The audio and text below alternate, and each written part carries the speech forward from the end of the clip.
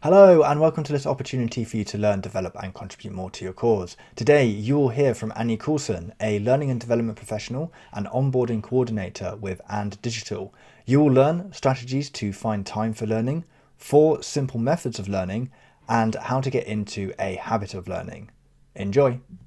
Annie, it's great to have you. Thanks for coming on. So, one of the reasons that I started this podcast was because I know that people in the charity sector struggle to find time for professional development. And to get us started, I wondered if you would give us your thoughts on finding more time for learning. Yeah, definitely. Firstly, thanks for having me as well. But yeah, I have previously worked in a charity sector as well, so I definitely understand that kind of like time constraint there. I guess I've got quite a lot of thoughts on finding time for learning and maybe different ways to find that time as well. But I do think I obviously work in learning and development, so I obviously think it's like super important to find that time for learning, either like your own development or influencing others to find that time to do the same. Um, but I think for me, in previous companies that I've worked for where that time has been a constraint, it was about just finding ways where it worked for the environment that I was working in at the time. So, for example, I had previously worked in the retail environment, and as many people know, retail environment, it's super full on. It's like go, go, go, stressful, and time was always coming up as a barrier for learning then.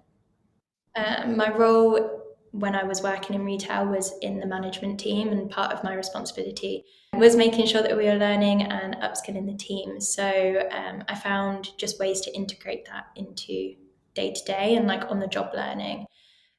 So one thing that I did do then when I worked in retail was created kind of it was somewhat of a flexible learning program for the team and for the management team as well, where we would have kind of like monthly learning topics. So, for example, if we had a certain KPI that was not where it should be, we would, or I would take that KPI and think, okay, how can we like upskill the team? How can we learn about this?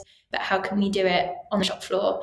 And different ways that we could basically upskill in that section. So we would like discuss that topic I can never say this word regularly, and like with the team and with each other, we would kind of do more updates on that certain KPI. But most importantly, and the thing that I liked the most about it was that we were doing it socially. So it wasn't like, here's a video, go ahead and go watch that, and yeah, good luck. It was like, what does this top performer in that KPI do? How can we kind of learn from that person and take their skills and put it into our own practice? Or can we observe each other and give each other feedback? So for me, in retail, it was just finding time, but finding that time in day to day job. Because if I were to go to my manager, just let you know, I'm going to take this person off the floor for 2 hours, my manager's going to say, no, can you not? So yeah, it was finding little ways like that. Um, I think the same with the charity sector. When I worked there, I worked in the learning and development team. So I wasn't necessarily, well, I was never really in person with the people that I was trying to connect with in terms of learning. But it was about, again, finding what would work for them. So the time restraint came from the amount of mandatory training that they had to do. So they had to do first aid, they had to do hoist training, they had to do moving and assisting. And when you put 15 mandatory training courses in front of someone and say, get this completed, it's overwhelming and they feel like they don't have the time because ultimately, if they're taking time away to learn, they're taking away time in where they're caring for someone. So I had to kind of look at it from that perspective of they do not have the time to just sit at a computer for 7 hours and complete these courses. So can I break it down into weekly? So this week we're going to focus on getting moving and assisting in your team completed. Where can we schedule that time in so that it's breaking it down for someone so that it's not so overwhelming that they're putting it off. It's more accessible and more like bite-sized ways of learning. I don't know if I've gone on a bit of a tangent with that one, but I think ultimately it's just finding a way that works for you, or if you are supporting a team in learning, finding a way that works for the team and helps them be able to do it, and finding what fits in with the environment and how you can integrate it into your environment rather taking those people out of their environment and kind of doing it there. Obviously there's like so many different ways to learn, and that's what I was saying about kind of like finding what works for you. A lot of the time it's kind of like courses or workshops, but there's so many different ways, and you will literally, what I believe is you will learn something every day, but you just don't realize that you're learning.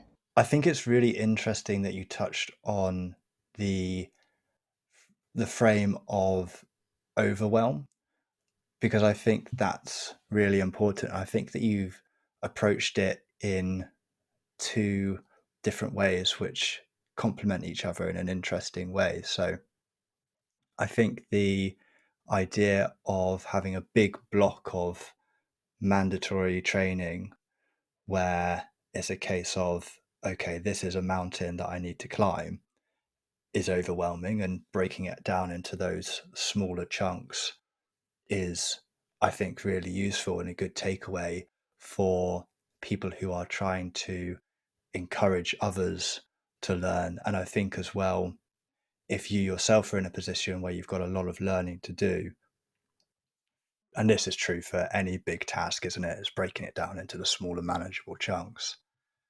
I think in the retail example of highlighting to a team a topic to learn, I think again is really useful. Again, both for if you are a leader trying to support a team through learning, and if you yourself are trying to invest in your own learning and development, being strategic about, okay, what is the one thing that I can learn this week, this month, that will have an outsized impact on my performance? And one of the things that was coming to mind for me as you were talking was the Barry Schwartz theory of the paradox of choice, where there are just so many options. And it's true, you know, now that we have the internet, you know, there's so much available to us, and you get paralyzed by the fact that there is so much available to us. So pick a thing and learn the thing. And I think when you're first starting as well, it's good to know that you're not going to be good at picking the thing to begin with. So to begin with, just there's a theory of optimizing and satisficing, and it's like you at the beginning, you're not going to pick the absolute optimal learning topic. So pick one, learn it, and then over time, you'll get a sense of, okay, this is how I can strategically choose what I'm learning. But just getting that feeling and building up that muscle memory of learning, I think, is really useful. You've observed a few different methods for how we can incorporate our learning in a sort of daily routine. Maybe not daily, because again, I don't want people to feel like it's an overwhelming barrier of which to overcome. But at least we've got some strategies to talk about to get into a regular habit of learning. So why don't we go through each of those and you can give us an insight. So if we start with social learning, what's that? Yeah, so yeah, there's definitely so many different ways. And yeah, definitely what you said about it doesn't have to be every single day, but just being able to integrate a little bit will help. With social learning is continuous learning, and it's about gaining skills through either like observing your colleagues, so that could be just like watching someone else, it could be kind of like being around someone that's maybe really good at that certain topic that you want to learn, or even if it's not a topic you want to learn, but you're around someone, you're going to pick it up from them. So it's just people learning from people. So it is very social in the way that you learn. So, with that kind of like retail example, where I said about we had that person who was super good at that specific skill, that's a form of social learning because it's us learning from that person. I think what's also great about that is that it also celebrates someone at the same time and celebrates someone who's really good at something. So it's going to give them a bit of like a happiness and motivation, but also we're going to learn from that person. There's like communities of practices as well, which is like a really good example of social learning. We have so many of them in the current job that I work in, where it is kind of, we use Slack, so it's on a Slack channel. It would be kind of community of practice, and then it'll have a specific topic. And people who are either interested in learning about that topic or maybe they're experts in that topic can join that group, and it's just bringing people together, gaining knowledge, giving knowledge, and just sharing. So, for example, when I first joined this company, it's a tech company, so I had no idea about tech, and something that I wanted to understand was this term cloud, or and I was just like, what does cloud mean? Like, I really can't get my head around it. So I joined the cloud group. So then I could just read every now and then like what they're talking about, some things that are involved in cloud engineering, and that was like my form of social learning. So that's, I guess, two examples of how we can learn socially. One of the things that's easy to forget when we're in a professional environment, particularly because we all have our job titles, so we have our labels, we have our quote unquote boxes, and actually people's knowledge expand way further than just the role which we deliver. And I think thinking of ways to facilitate that social knowledge sharing is really useful. I think something as simple as a Slack channel. Obviously there are plenty of collaboration tools available. So maybe it's GChat, maybe it's whatever it is, Zoom chat, whatever. So just creating that mechanism for that social learning, I think, is a good practice for an organization. So our next one is self-directed learning. Yes. So self-directed learning will be, I guess, directing yourself to learn. So it's a super powerful thing, I think, but also maybe one of the most difficult in terms of motivation, because it is down to you to do it. If you're signed up to a workshop, you're committed to it and you're going to go and you've got that time booked out. If you are looking at self-directed learning, it is directed by you. But similar to if you've got a workshop booked in, book in your self-directed learning in your calendar. So you can add like learning moments into your schedule to help you focus on learning and remind yourself to learn as well. So maybe that's a Thursday, 3 till 3:30. You have half an hour where you can just read an article, you can listen to a podcast, even if it's half a podcast, it's still learning rather than a whole hour podcast. You can write as well, is a great way to retain information. So maybe writing on a specific topic and how much you've learned about that topic recently, writing down some questions that you want to ask someone the next time that you speak to that person. it can be going on LinkedIn and following people that you know have that knowledge that you want to learn and reading their posts and watching their videos. But it is all about putting like value in the learning yourself and making sure that you're motivating yourself to do that as well. So yeah, basically just getting yourself to learn or directing yourself to do that.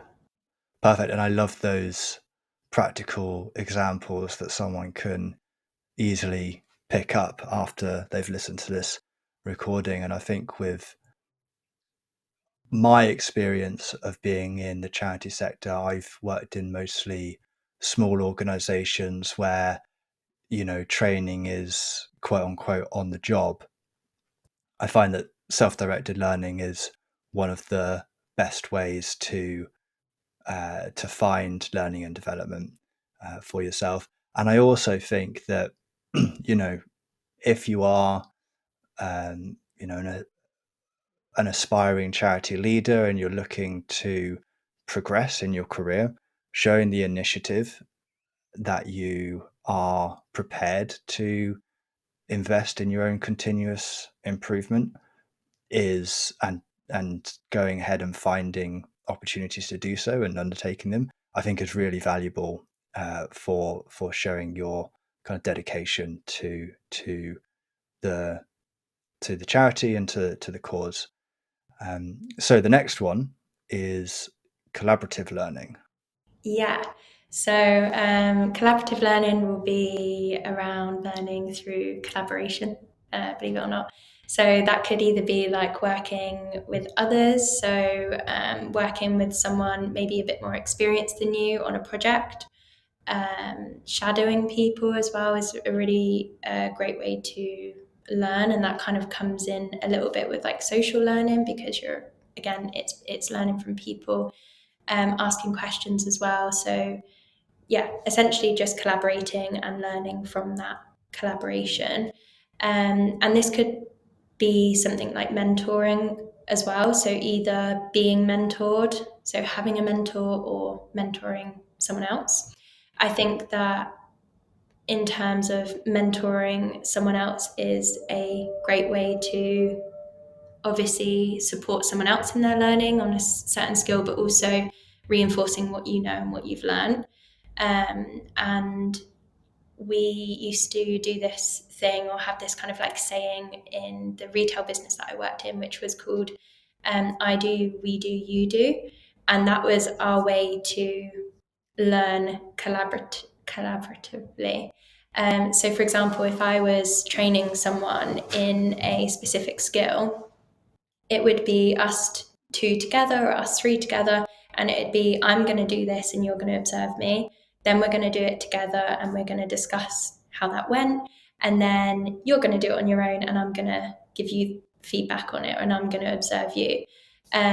So I think teaching other people and mentoring someone is great for someone else, but also great for you. So if you are if you would say that you are really highly skilled in a certain area, maybe speak to your manager and say, if someone needs support in this skill, can I mentor them or can I train them or can I support them?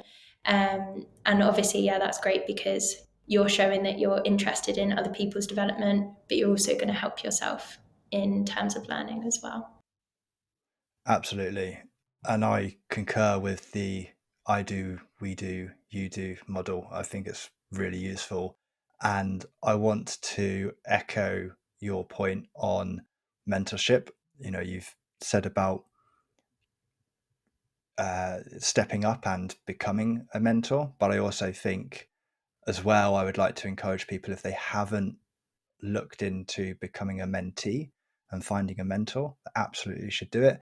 I didn't do it as soon as I would have liked, and I took the plunge, and it was really, really valuable for me.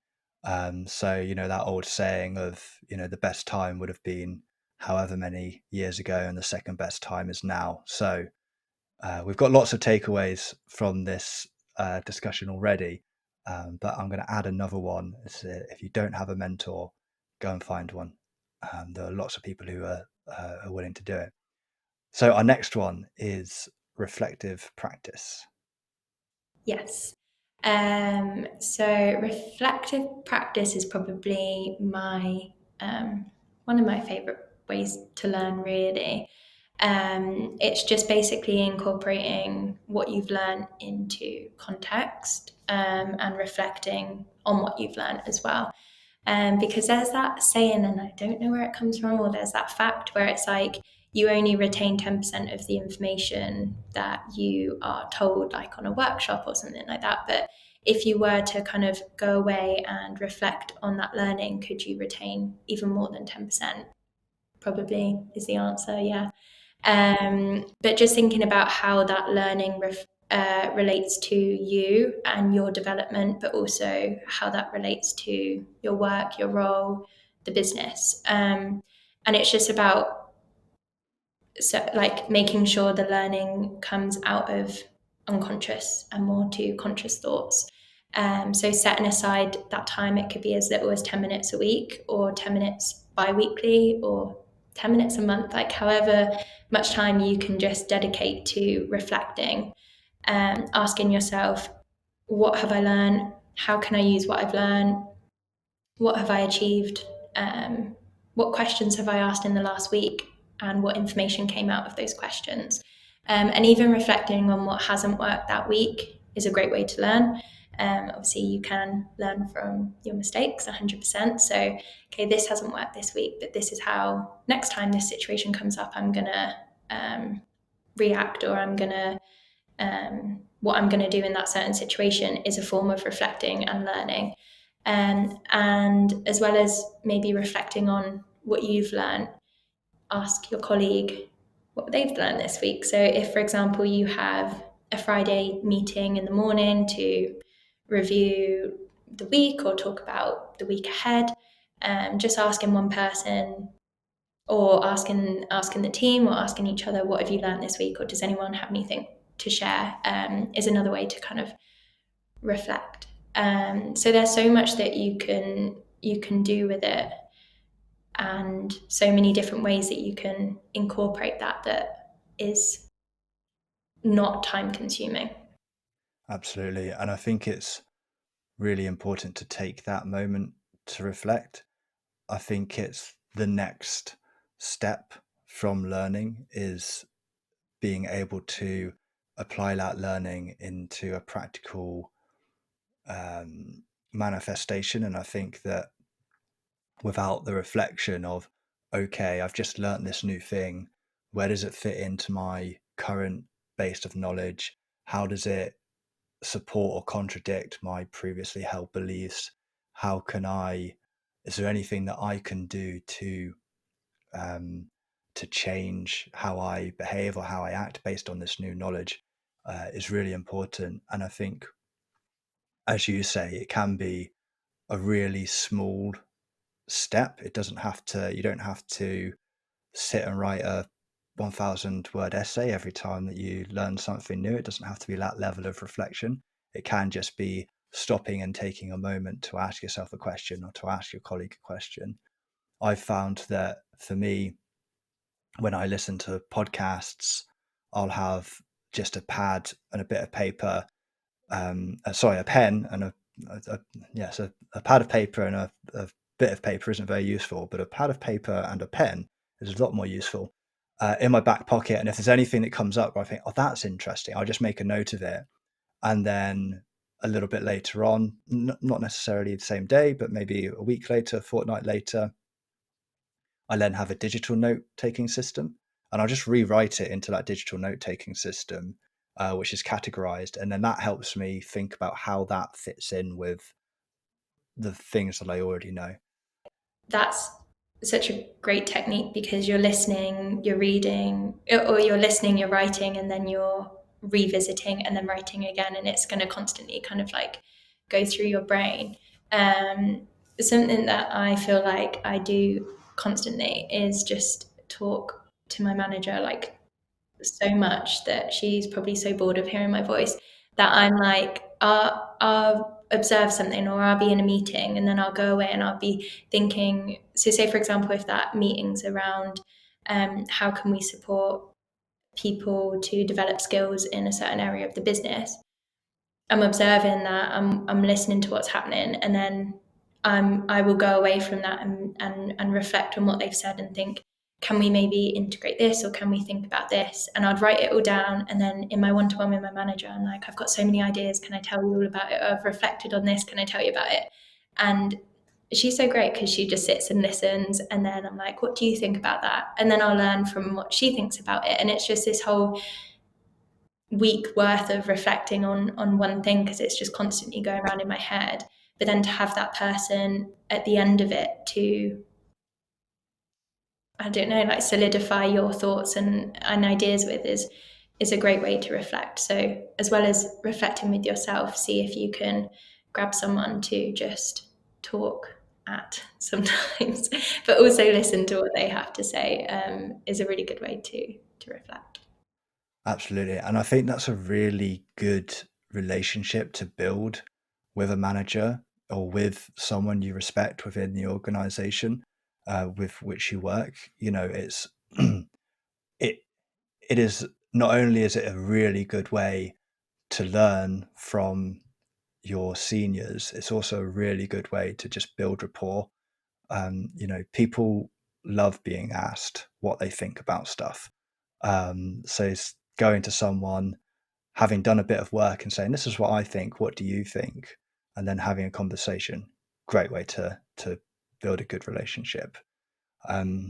So to close us out, um, we want to think about, we've given lots of practical thoughts, I think. However, let's end with another one. So when starting a new habit, which learning can be, it's useful, I think, to pick a simple task and a cue that's already in your routine. You know, so for example, if you need to start taking a daily medication, combining it with brushing your teeth, which is something which hopefully you're already doing every day. If you could only choose one, what's a simple learning activity that our listeners could adopt? And could you suggest a cue for them to attach it to? I do have a thought on that one in terms of kind of like habits. Obviously, ultimately, whatever's going to be the best way for someone to learn, like if someone learns through podcasts, or if someone learns through talking, in terms of kind of like a specific habit, is if you work in an environment where you read your emails every day. If you sign up to a newsletter, or you sign up to, I don't know, anything that brings you information, then when you're logging in the morning, as you would do if you were someone to be having to check your emails every day, you'd see that pop up. Before you even go and read those emails, open that, have a read, probably 2 or 3 minutes read, digest that information. You can come back to it, reflect on it at another point, but you'll get into the habit of reading that before you even start your work day. So you're not taking out an hour in the morning to just read a newsletter, but you're putting it into a place that makes sense. I think the only danger in that is, if you are learning from that, is you're probably going to be really tempted to open your emails from your manager before you kind of do that. So I guess it's just about challenging yourself and saying these 2 minutes can be my 2 minutes, and then I will get on to kind of like what's next for my day. But just taking out that time, I think that could probably be a good time to build a habit, is when you've already got a habit like checking your emails. And then other than that, I would say probably building in a habit of every Wednesday at this time, I'm going to take 10 minutes away, or building a habit of when I sit down on the train, or when I sit down on the bus, or when I get in my car, playing that podcast. So, yeah, I would say trying to pop it in at a time that suits you. But But yeah, like what you said, figuring out when you already have a habit and doing it kind of like before or after. Perfect. Absolutely love that. I think that's a great takeaway, a great place to end this conversation. Thanks so much, Annie. This has been really interesting. I've really enjoyed talking to you and being a bit nerdy about learning and development. If people wanted to find out more about you or your work, where should they go and look? I'm on LinkedIn. I'm not the most active person on there, but yeah. Perfect. We'll get a link in the description. Thank you again for coming on. It's been great to have you, and I hope to see everyone really soon. Thank you so much. Hello, me again. Your homework for this episode is to pick one method of learning and try it out. Bonus points if you have a conversation with a colleague about which one you tried and how you found it. Don't forget to like and subscribe wherever you get your podcasts, and the best thing you can do to support this show is to tell other people. I hope to see you next time.